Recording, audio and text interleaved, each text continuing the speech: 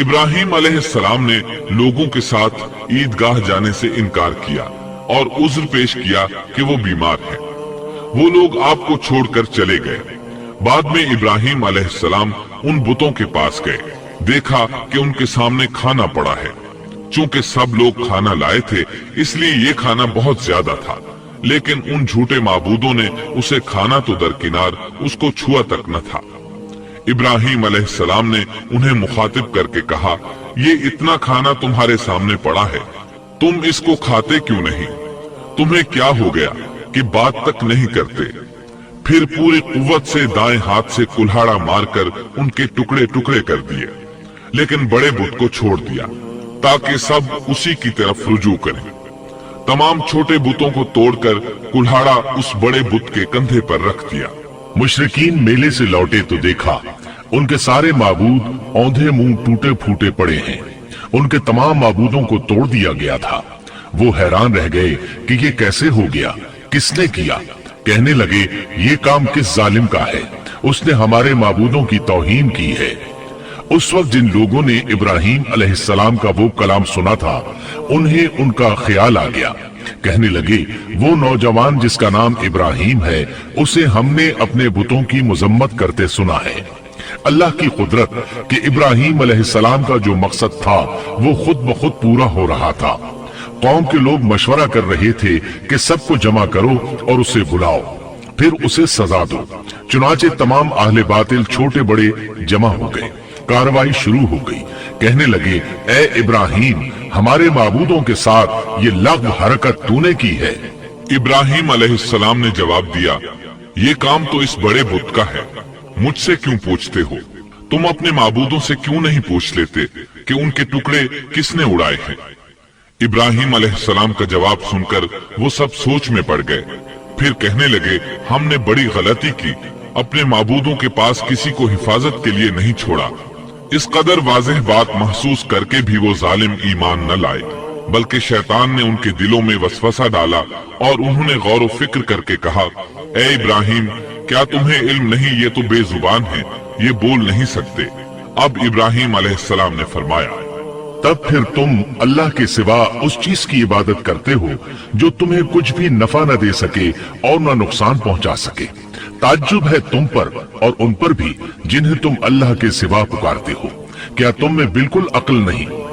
इस तरह इब्राहिम अलैहिस्सलाम ने उन पर हकीकत खूब अच्छी तरह वाज़े कर दी।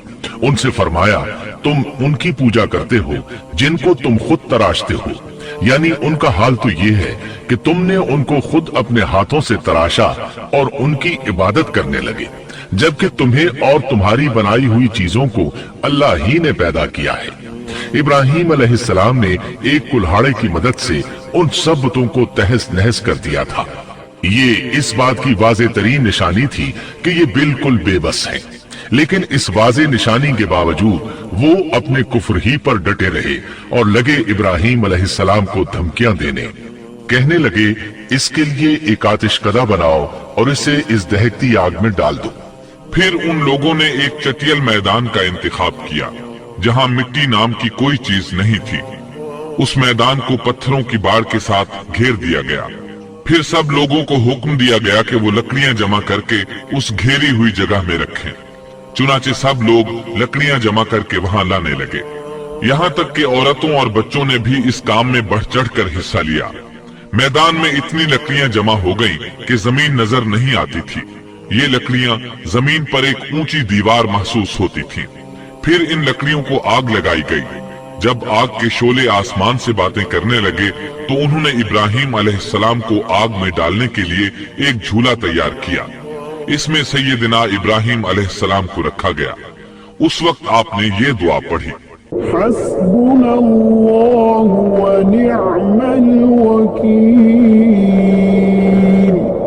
हमें अल्लाह काफी है और वही बेहतरीन कारसाज है।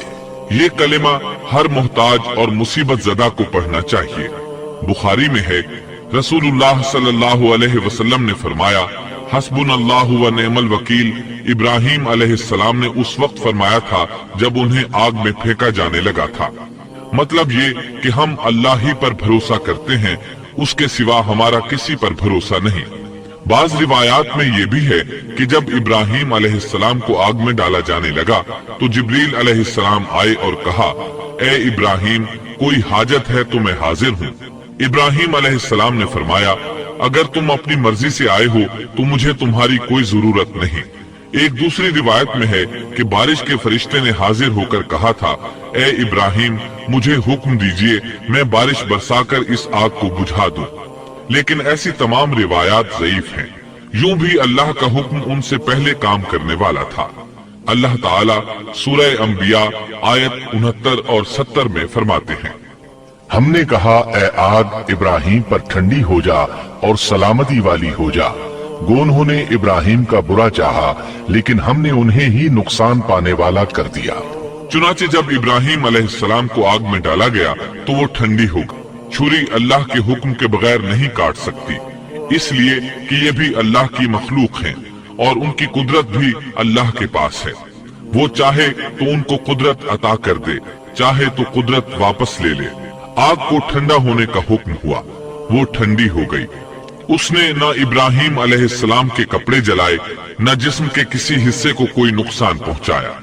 सिर्फ वो रस्सियां जलाईं जिनसे आपको बांधा गया था। सुभान अल्लाह।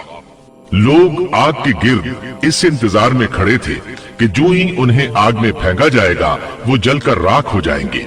लेकिन वो ये देखकर हैरान रह गए कि इब्राहिम अलैहिस्सलाम बड़े नाज से आग के दरमियान बैठे हैं। बाज रिवायात में है कि इब्राहिम अलैहिस्सलाम फरमाया करते थे, मुझे उन दिनों जो राहत और सुकून हासिल था वैसा आग से निकलने के बाद नहीं हुआ। लोग इस मोजज़े को देखकर हैरत ज़दा थे। फिर इब्राहिम अलैहिस्सलाम आग से निकले। इतना बड़ा मोजज़ा देखने के बावजूद लूत अलैहिस्सलाम के सिवा कोई शख्स पूरे बाबिल शहर से उन पर ईमान न लाया। अल्लाह ताला फरमाते हैं, बस इब्राहिम पर लूत ईमान लाए। मतलब ये कि पूरी बस्ती से लूत अलैहिस्सलाम थे जो आप पर ईमान लाए थे। बाकी तमाम लोग कुफ्र ही पर डटे रहे। इब्राहिम अलैहिस्सलाम उनका रवैया देखकर नाउमीद हो गए कि इससे बढ़कर ये कौन सा मोजज़ा देखना चाहते हैं। उनके बुतों को तोड़ दिया गया। अपनी आंखों से अल्लाह की निशानी उन लोगों ने देखी, फिर भी ये ईमान नहीं लाए। चुनाचे आपने वहां से हिजरत का इरादा फरमा लिया।